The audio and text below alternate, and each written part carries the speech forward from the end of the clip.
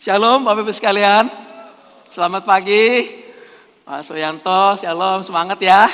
Semua ya, selamat pagi baik yang mengikuti online maupun yang on-site ya. Selamat pagi. Sri udah standby? Ya, bagus. Oke. Saya mau mulai Saudara khotbah saya ini, saya mau cerita tentang dari masa kecil saya, Saudara. Jadi pada waktu saya kecil, saya itu suka sekali membuat eksperimen. Dan seingat saya, salah satunya eksperimen yang saya buat itu waktu kelas 4 SD, itu saya membuat eksperimen untuk menemukan ramuan ajaib, saudara. Saudara waktu kecil pernah kayak gitu nggak, saudara? Bikin eksperimen, saudara ya. Dan ramuan ajaib itu sesuatu ramuan yang kalau diminum itu bisa bikin langsung badan jadi kuat, saudara. Dan terus terang ide ini itu datangnya dari film kartun Popeye, saudara. Saudara tahu film Popeye kan? Ya kan? Nah, Popeye itu digambarkan sebagai tokoh pelaut yang lemah, yang kecil, saudara. Tapi begitu makan apa, saudara? Makan bayam langsung lengannya keluar lokomotif, saudara ya kan? Nah, saya pikir, wah, Popeye aja makan bayam aja satu udah begitu. Bagaimana kalau saya campur beberapa makanan yang paling bergizi di dunia ini, pasti saya akan lebih daripada Popeye, saudara. Itu ide saya, saudara. Lalu saya pikir, apa itu makanan yang paling bergizi, saudara? Maka pertama saya cari apa, saudara? Telur, betul? Dan telur, saya ambil telur dari kulkas, saudara. Kemudian, dan saya tahu telur yang paling bergizi, katanya telur yang mentah. Jadi saya telur mentah, saya taruh di gelas, saudara. Lalu susu, saudara, ya kan? Telur, susu. Lalu juga saya ingat minyak ikan, saudara. Karena ibu saya, saudara, dari saya mulai kecil selalu bilang makan minyak ikan, ini bisa bikin kuat. Saya campur nih 3, saudara. Dan satu lagi tentu saja ini ramuan ininya adalah dasarnya adalah bayam, saudara. Jadi susu, telur, minyak ikan, bayam, saudara. Saudara jangan kasih tahu ya, ini ramuan rahasia, saudara, sebetulnya. Nah, kemudian saudara. Nah, belakangan saudara, saya baru tahu ternyata ada ramuan yang namanya jamu STMJ kan, saudara ya. STMJ, waktu itu belum ada, saudara. STMJ, susu, telur, madu, jahe, saudara. Itu jangan-jangan, saudara, itu adalah modifikasi dari ramuan orisinil saya, saudara. Mungkin, saudara. Jadi, cuma itu kan STMJ ya, susu, telur, madu, jahe. Saya punya STMB, saudara. Susu, telur, minyak ikan, bayam. Nah, saudara. Nah, kemudian saudara, pada saat itu kemudian saya minum, dan ketika saya mau minum itu,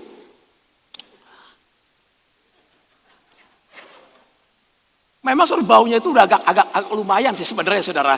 Tapi kan kepengen kuat saya, saudara ya. Waduh, akhirnya saya minum, saudara itu, saya tahan napas, saya minum, plek, saudara. Benar, saudara, saya minum.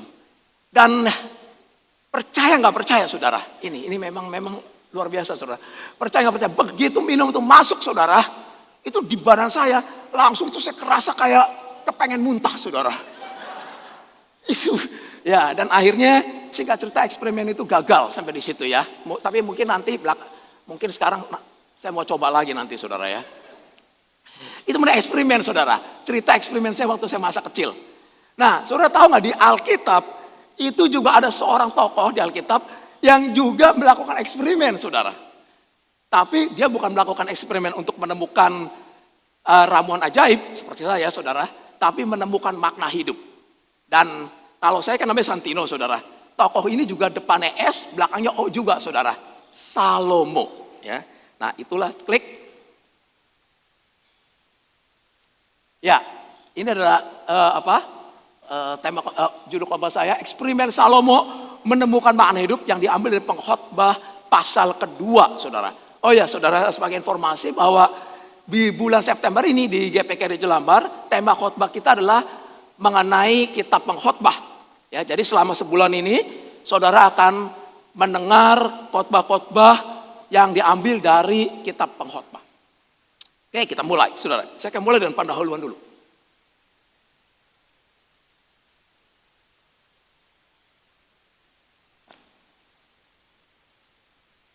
Kecepatan. Ya, saya ulang dulu, saudara.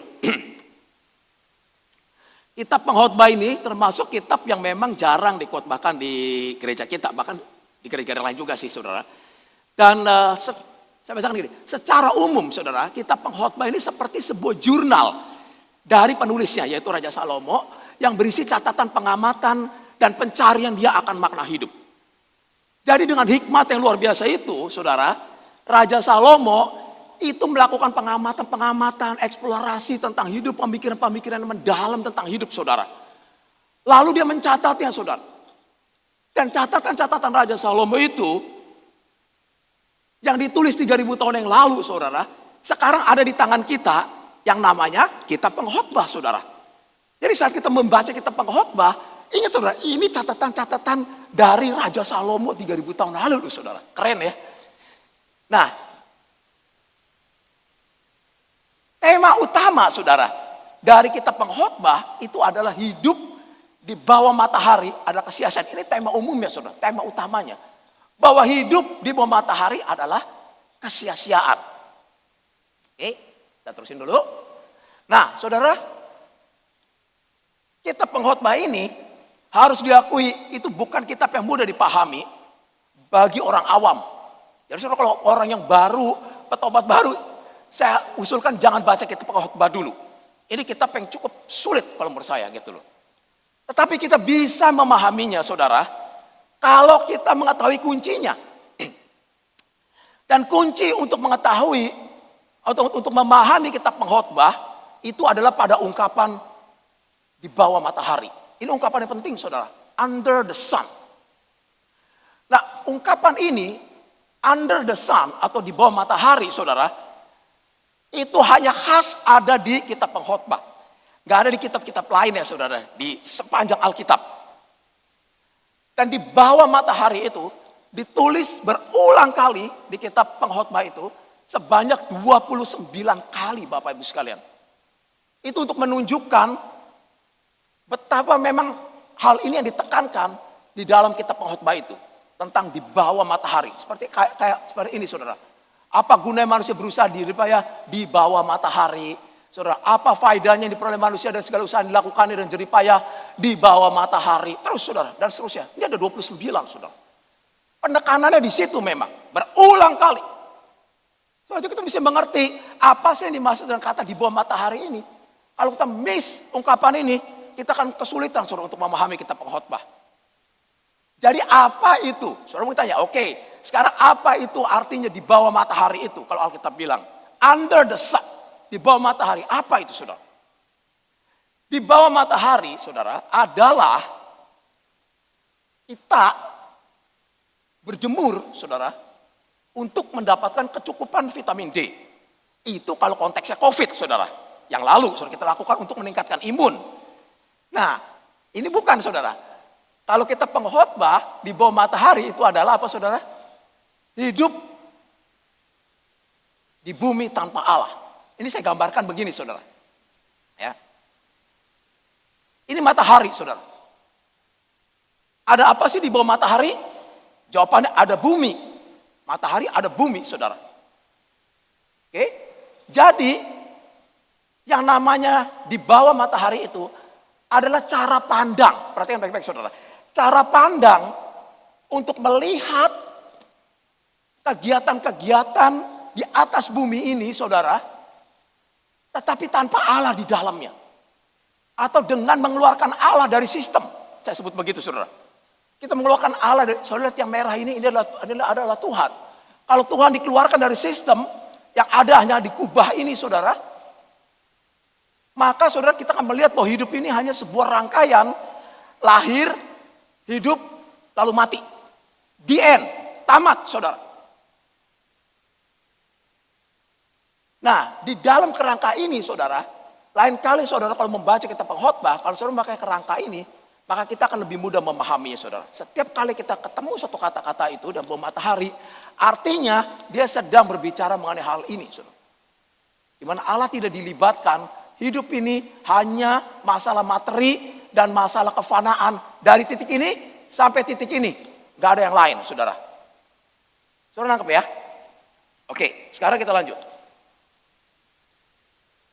Nah, pengkhotbah saudara Pasal 1, begitu saudara buka, langsung kesia-siaan adalah kesia-siaan. Begitu terus saudara, nomor 1. Pasal 1, itulah kesimpulan Salomo bahwa hidup di bawah matahari. Ingat, hidup tanpa Tuhan adalah kesia-siaan. Pasal 1, saudara. Pasal 2, ini akan kita bahas pagi hari ini, saudara. Itu berisi catatan eksperimen, sehingga ya sampai pada kesimpulan pasal 1 tersebut. Jadi, dia kayak flashback, saudara. Dimulai dari kesimpulan ini dulu, lalu di pasal 2, dia memberikan catatan eksperimen dia yang sampai kepada kesimpulan di pasal 1 itu. Jadi kayak flashback, saudara. Nangkap ya saudara maksudnya ya. Dia kesimpulan ini dulu, baru kemudian dia menyatakan kenapa saya menyatakan itu. Ini loh, karena ini. Yaitu karena pasal 2. Ini akan kita bahas pada saat pagi hari ini. Dan Salomo dengan hikmat yang luar biasa, dia melakukan suatu percobaan kepada dirinya sendiri. Pada intinya saudara, hanya untuk menjawab pertanyaan ini. Apa yang harus saya miliki atau saya kerjakan di bawah matahari untuk mendapatkan kepuasan sejati, saudara? Sebetulnya pertanyaan semua orang sih. Dan ini yang melakukan adalah Salomo. Oke? Dan sekarang kita mulai pembahasan pasal 2-nya nih, saudara. Ini kan baru pendahuluannya ya. Sekarang kita akan mulai pembahasan pasal 2-nya. Pasal 2, saudara, begitu saudara baca pasal 2, maka ayat pertama dari pasal 2, itu kita bisa melihat rencana Salomo di dalam dia akan melakukan eksperimen. Dia bilang begini, saudara. Sri, tolong Sri.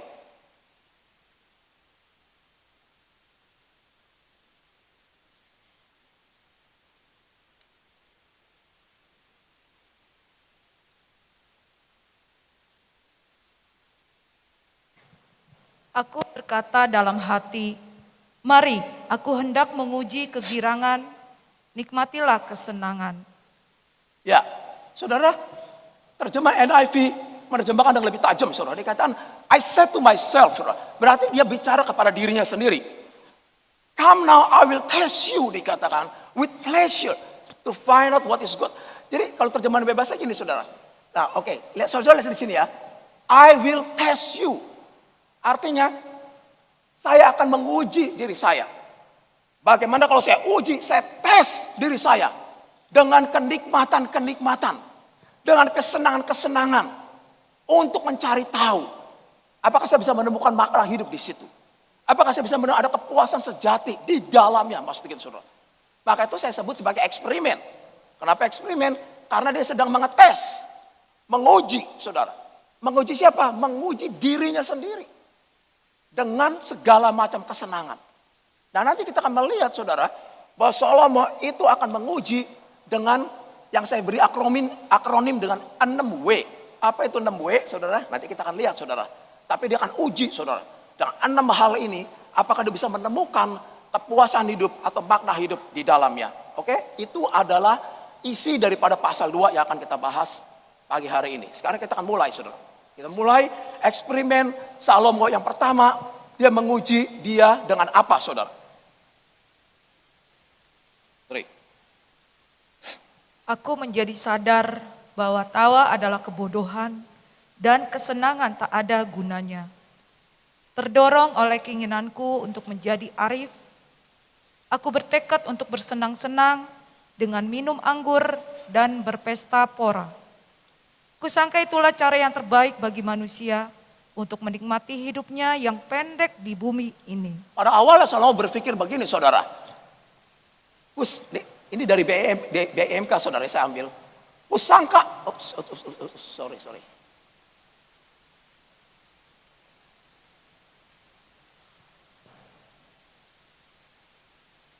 Dikatakan kusangka itulah cara terbaik bagi manusia untuk menikmati hidupnya yang pendek di muka bumi ini saudara. Jadi saudara, Salomo pikir untuk dia bisa menikmati hidup ini saudara, caranya adalah dengan ketawa, minum anggur, pesta pora saudara. Ini saya kelompokin aja jadi satu karena ini satu kelompok saudara. Pertama dia pikir kalau saya happy, kalau saya bisa ketawa sampai benar-benar terbahak-bahak sampai perut saya kram saudara. Itulah yang namanya hidup yang bahagia, hidup yang puas, hidup yang bermakna. Maka Salomo mungkin panggil pelawak-pelawak badut-badut istana yang paling lucu saudara ya. Kalau zaman sekarang mungkin Cak Lontong, Wendy, Cagur, saudara, Sule dipanggil, hanya itu ketawa, saudara. Ya, dia senang, dia ketawa, dia happy, saudara. Ketawa.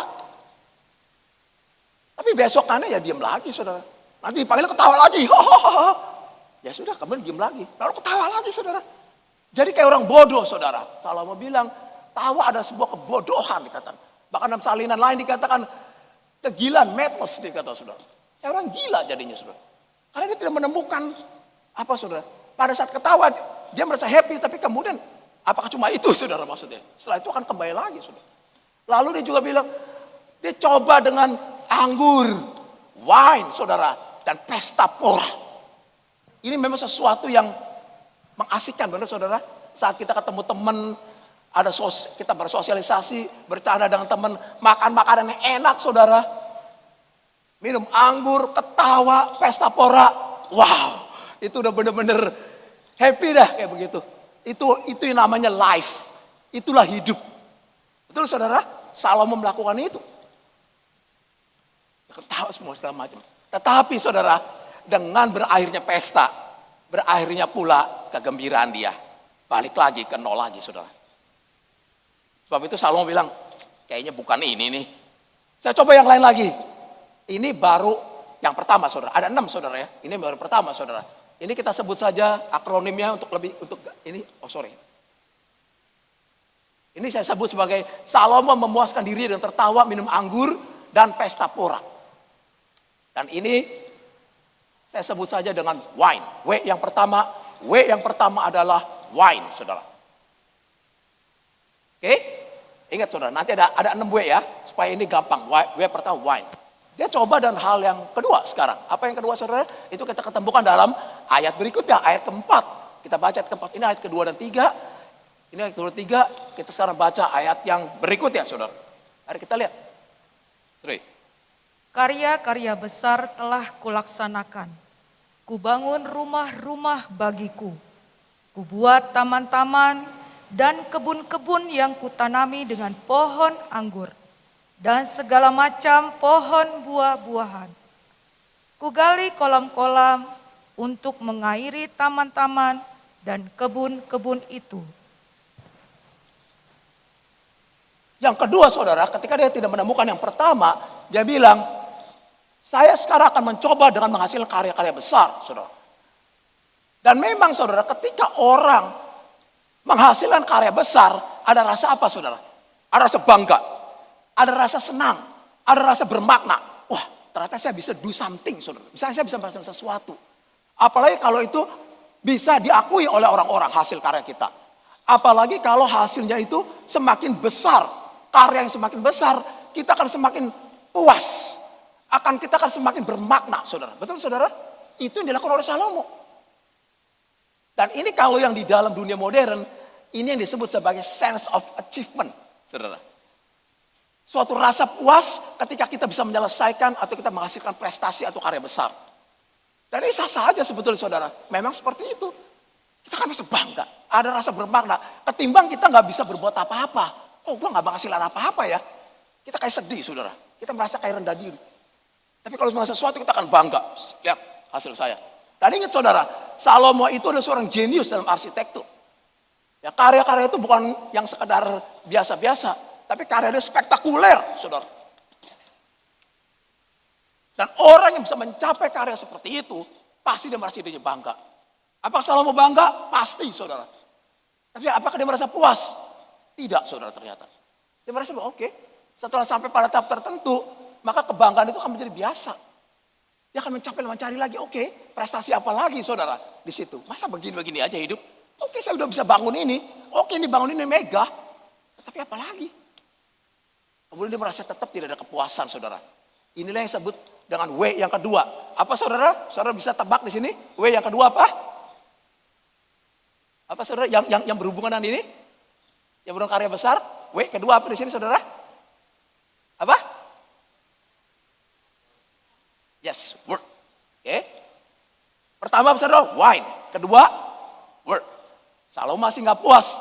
Dia cari lagi, saudara. Dan dia melakukan eksperimen yang ketiga yang kita baca dari ayat berikutnya lagi, saudara. Yaitu ayat 7 dan ayat 8a. Jadi ini semua ada di Alkitab. Saudara tinggal urutin aja bacanya, saudara. Saudara akan menemukan step-step percobaan dia, saudara. Oke, sekarang kita lihat yang ke-7 dan 8a. Silakan, Sri.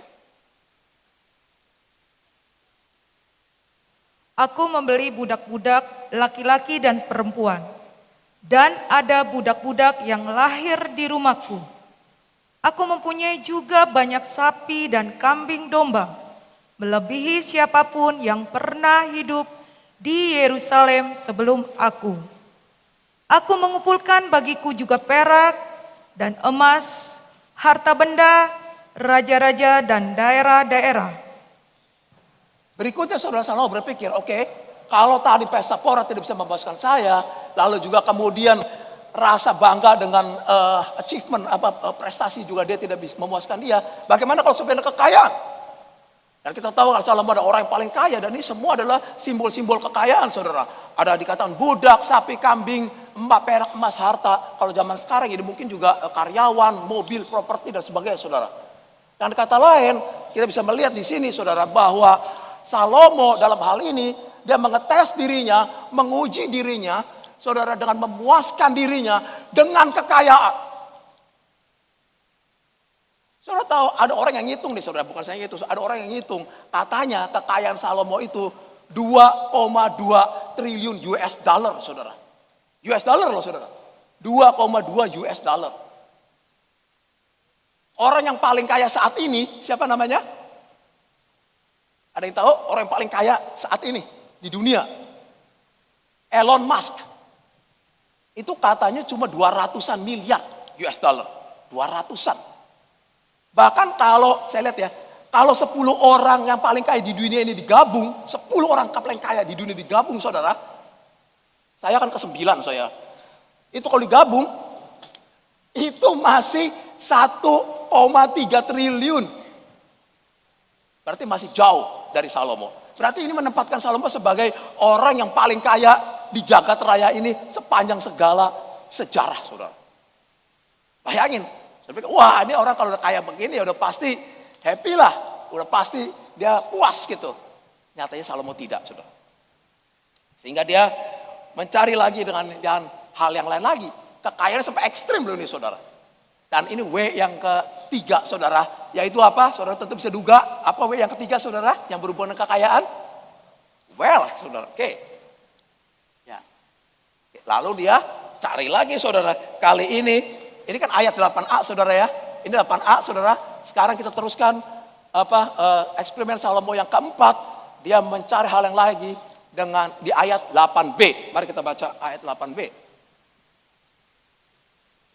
Aku mencari bagiku biduan-biduan dan biduanita, dan yang menyenangkan anak-anak manusia.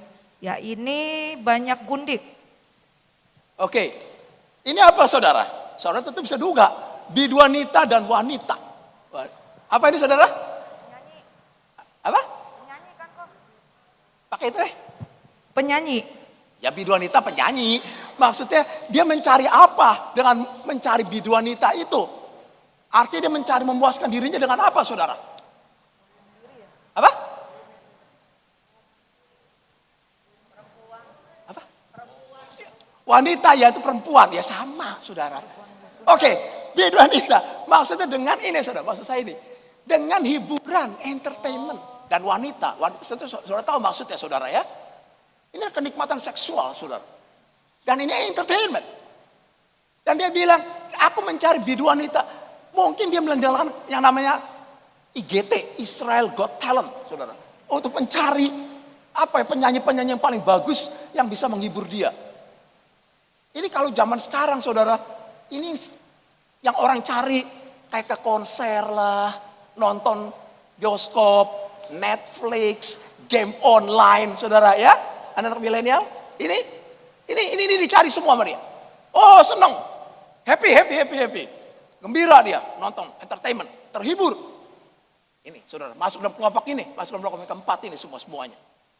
Dan bukan itu saja saudara, dia juga cari gundik. Waduh, gundik saudara. Kalau di bagian lain di Alkitab kita bisa tahu, jumlah istrinya udah 700. Belum cukup, tambah lagi gundik 300, saudara. Jadi 1000, saudara. Jadi ada 300 gundik di sini. Dan mau 300 gundik? 300, ya. Oke, nampaknya minat, saudara. Satu aja nggak gampang ya. Oke, sama-sama, saudara. Ini sudah. Dan dia tidak menemukan lagi di situ.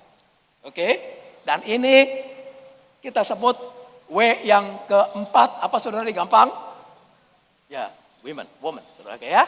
Dicari lagi, 2 lagi saudara. Masih cari lagi, ini kan ayat 8b saudara ya.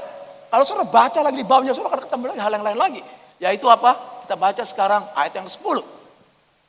Silakan. Aku tidak merintangi mataku dari apapun yang dikehendakinya, dan aku tidak menahan hatiku dari sukacita apapun. Sebab hatiku bersukacita karena segala jerih payahku. Itulah buah segala jerih payahku. Kali ini saudara, Salomo pikir, udahlah, ini semuanya pada nggak bisa memuaskan saya nih, kayak begini. Sekarang saya tidak merintangi mataku dari apapun yang dikehendakinya, dan aku tidak menahan hatiku dari sukacita apapun. Saudara, dia kayaknya udah frustasi juga di sini. Ini segala keinginan hatinya, saudara. Segala desire, segala dia punya keinginannya, itu remnya dibikin blong sama dia, saudara.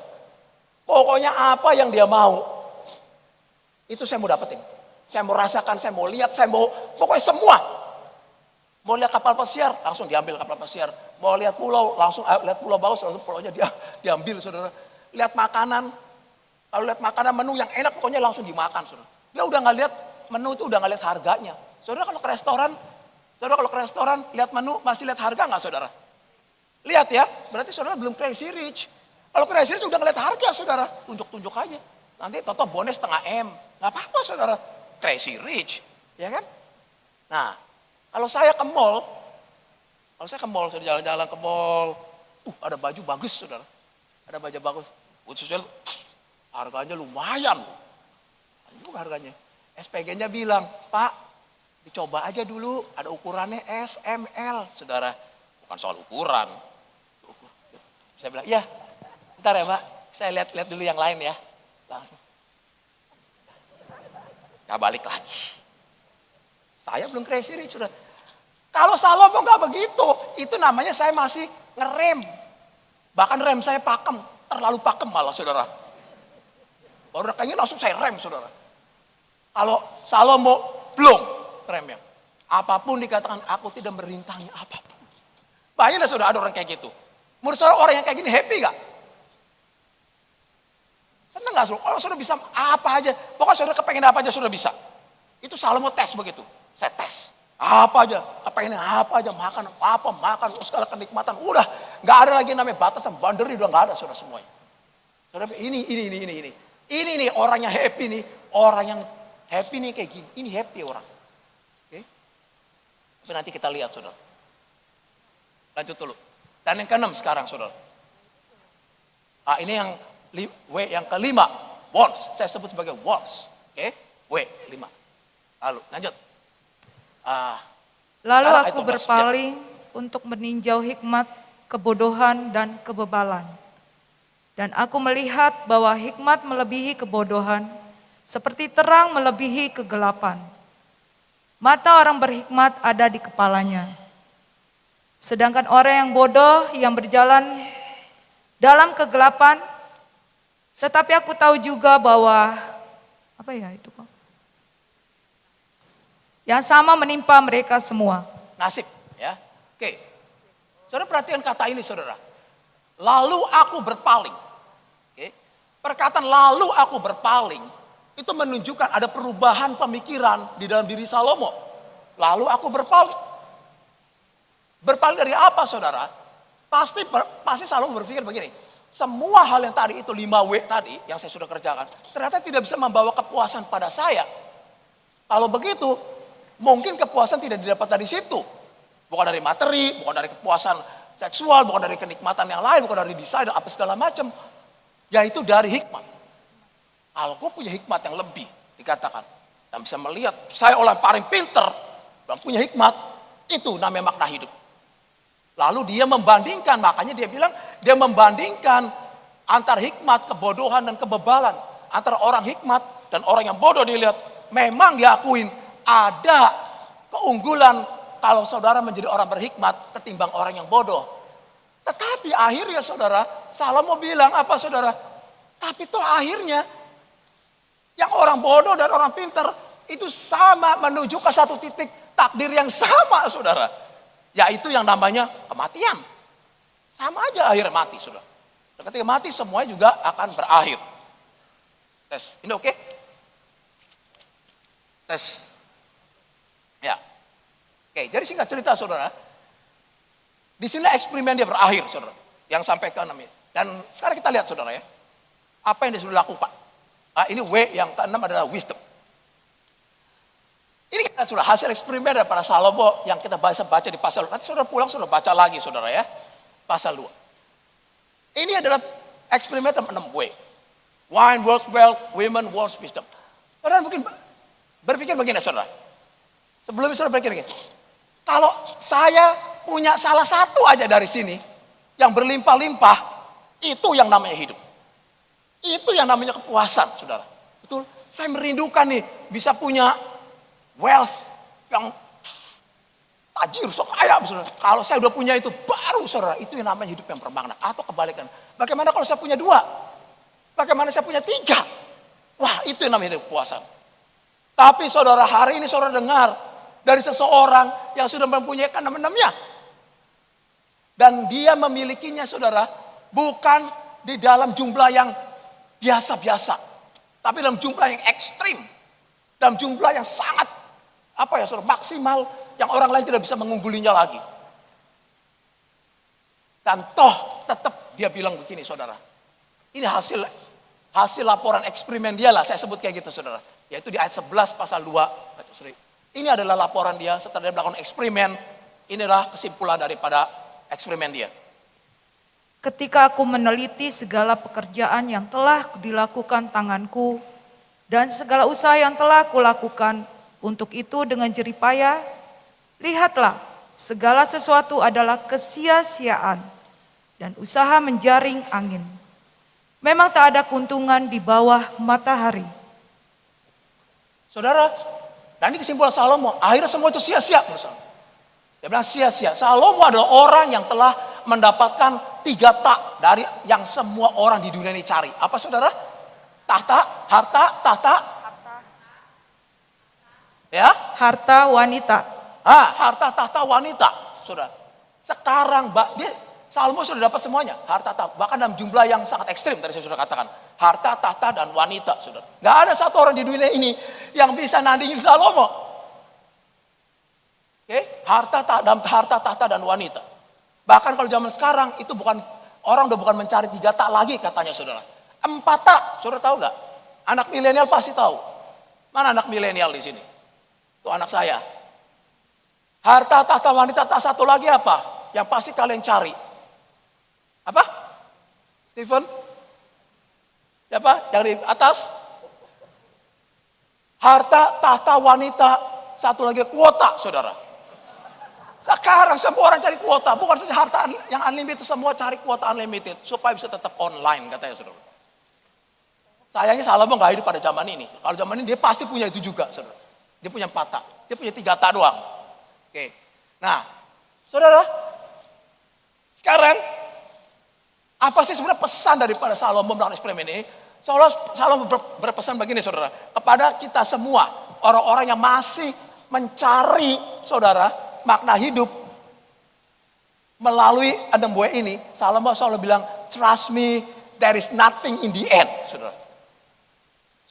Selalu bilang, percaya saya bro, percaya gua bro, lu gak akan nemuin apa-apa di pada ujungnya sana. Nah, saya sudah ada di sana, saya udah ngalamin ya. Itu pesannya saudara, itu pesan pasal 2. Kalau saya tangkap saudara ya. Pasal 2 ditulis untuk, pasal 2 itu ditulis untuk memberitahu kita, there is nothing in the end saudara. Gak ada saudara. 6 buah ini tidak bisa menghasilkan apa-apa. Kenapa sia-sia saudara? Tadi sebenarnya sudah disinggung. Ini saya cuma tegasin ya saudara. Nomor 1 tentu saja. Karena kenikmatan, kesenangan itu gak bisa memuaskan saudara. Memang pada saat Ada kesenangan, ada kenikmatan. Itu kita merasa feels good, saudara ya. Senang, happy pada waktu itu, saudara. Tetapi sejalan dengan waktu nanti dia akan biasa lagi, saudara. Coba deh. Saudara tadi pengen sesuatu.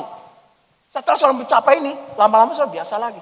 Ketika saudara sampai ke tahap itu, saudara membutuhkan kenikmatan yang levelnya lebih tinggi lagi, baru saudara bisa puas pada saat itu. Kalau saudara sama, saudara udah gak puas lagi. Itu sama kayak efek adiktif, saudara. Efek ketagihan. Itu sebabnya, saudara, orang-orang narkoba itu bisa terjerat. Cara kerjanya sama. Itu cara kerja kenikmatan, saudara. Ya.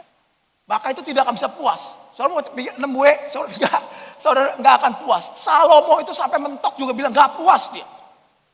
Karena memang cara kerja kenikmatan itu seperti itu, saudara. Yang kedua, saudara, Salomo bilang karena segala itu tetap akan lenyap.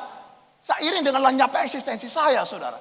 Jadi apapun yang saya kumpulin, ya sama aja. Orang bodoh, orang pinter, orang kaya, orang miskin, orang senang, orang menderita. Akhirnya sama semua ke satu titik, yaitu kematian. Dan pada saat itu semuanya kembali ke titik nol semuanya. Sama aja. Lalu buat apa menurut dia? Ingat, konteksnya adalah di bawah matahari. Kita lanjut, saudara, sekarang inilah kesimpulannya, saudara. Sekarang, saudara, Salomo berpikir, kalau begitu, kalau segala yang saya miliki dan segala yang saya kerjakan itu tidak bisa memuaskan saya dari hal-hal yang 6W tadi, hal-hal yang fana, pastilah kalau begitu, saudara, dia harus dipenuhi dengan sesuatu yang tidak fana. Bukan dari sesuatu yang fana, 6W adalah yang fana, saudara. Harus sesuatu yang fana, yaitu dengan ada pribadi Allah. Itu yang kita sebut sebagai hidup above the sun, saudara, atau di atas matahari. Jadi perspektif kita adalah harus di sini, saudara, untuk melihat ini di bawah kekekalan. Saudara, ini ada tanda tak terhingga, di sini juga ada tak terhingga sebetulnya, saudara, di sini dan di bawah matahari. Semua ini, hidup ini dipandang hanya sepotong kecil dari durasi kehidupan kita. Bukan yang kayak tadi, bukan segalanya, tapi sepotong kecil dari kehidupan kita yang kekal itu, saudara. Dan sepotong hidup dipandang bukan lagi sebuah rangkaian lahir, hidup lalu mati, titik, bukan begitu, saudara. Tapi lahir, hidup, mati, koma, saudara. Lalu hidup seterusnya dalam kekekalan, saudara. Di dalam cara pandang ini, saudara, maka segala sesuatu yang pesimis itu akan berubah menjadi optimis, saudara. Ketika kita memasukkan Allah di dalamnya. Dan inilah pesan terakhir dari Salomo, saudara. Nanti, saudara, Pastor Timmy udah bicara sama saya, katanya dia akan membahas pasal 12, saudara. Pada waktu nanti dia giliran khotbah. Dan saya singgungnya sedikit, saudara, karena ini sebagai penutup dari khotbah, kalau nggak gantung, saudara ya. Nanti mungkin Pastor Timmy akan lebih jelasin lagi. Dan dia bilang, ingatlah kan penciptamu pada masa mudamu, saudara. Ini kesimpulan akhir Salomo. Hidup ini baru akan bermakna apabila kita selalu ingat akan Tuhan dalam setiap aspek hidup kita dan menjadikan positif. Lawan dari ingat Tuhan adalah ingat diri sendiri, saudara. Itulah hidup di bawah matahari. Sekarang dirubah perspektifnya, saudara. Sekarang kita harus selalu ingat Tuhan, kata Salomo. Bukan ingat sendiri. Bukan ingat bagaimana segala macam pemuasan diri. Tapi ingat bagaimana saya bisa membuat Allah senang. Bukan bagaimana saya happy dan puas. Tapi bagaimana Allah itu senang dan dipermuliakan, saudara. Itu nomor 1. Yang nomor 2, saudara, itu ada di 12 ayat 13. Dikatakan akhir kata dari segala didengar adalah takut akan Allah dan berpeganglah pada perintah-perintahnya, saudara. Hidup ini baru bermakna hanya apabila dijalani takut akan Allah. Saudara, Tuhan tidak melarang kita untuk menikmati hidup. Perhatikan, jangan salah, saudara. Kenyataannya, saudara, bahkan di dalam kitab pengkhotbah itu sering kali dianjurkan kita untuk menikmati hidup. Nanti saudara baca kitab pengkhotbah. Suruh nikmatin hidup, saudara. Dan Allah senang kita menikmati hidup karena kenikmatan dan kesenangan itu memang Tuhan berikan kok. Tuhan sediakan kok di bumi ini. Supaya apa? Supaya kita nikmatin. Dan Tuhan senang ketika dia melihat anaknya senang, saudara. Setuju, saudara? Selama, nah ini kuncinya, saudara. Selama dijalankan akan takut akan Tuhan dan di dalam koridor firman Allah. Itu poinnya, saudara. Jadi 6W itu boleh dilakukan enggak? Jawabannya tentu saja harus dilakukan 6W, saudara. Tetapi satu, fokusnya bukan kepada kepuasan diri. Kedua, saudara, fokusnya adalah selalu di dalam koridor firman Tuhan. Tidak boleh kita 6W, kita melenceng seenak-enaknya sampai kita dalam pemuasan diri. Selalu dalam takut akan Tuhan, saudara. Boleh ke pemusik, saudara? pemusik. Saudara, nah ini adalah ayat terakhir. Paulus bilang begini saudara. Sebab kamu tahu bahwa dalam persekutuan Tuhan jeripayahmu tidak sia-sia. Pengkhotbah bilang tadi sia-sia, jeripayahmu sia-sia. Paulus bilang jeripayahmu tidak sia-sia. Apa yang membedakan saudara? Yang membedakan adalah ada kata ini saudara. Di dalam persekutuan dengan Tuhan, jeripayah itu tidak sia-sia. Kalau ini dicoret, maka itu jadi pengkhotbah lagi, pasal 1 lagi. Saudara maksudnya? Jadi semua yang di dalam Tuhan itu tidak akan sia-sia. Kenapa saudara? Karena semua yang di dalam Tuhan, dari Tuhan, oleh Tuhan, bagi Tuhan akan mengandung nilai kekekalan saudara. Summary, saudara, kita pengkhotbah dibuka dengan ini saudara, dan kita sudah membahas ini 6W dan dia tutup dengan takut akan Allah. Kalau saudara khotbah saya selama 45 menit ini ditutup dengan satu kalimat, saya akan menyebutnya begini saudara. Ini adalah slide saya yang terakhir. Hidup yang bermakna tidak akan didapat dari apa yang kamu miliki dan atau apa yang kamu kerjakan. Ini yang Salomo tadi kerjakan sudah dalam eksperimen saudara. Tapi dari siapa yang menjadi pusat hidupmu. It's not about what you have or what you do. But it's about who is the center of your life. Saudara. Kita turun kepala.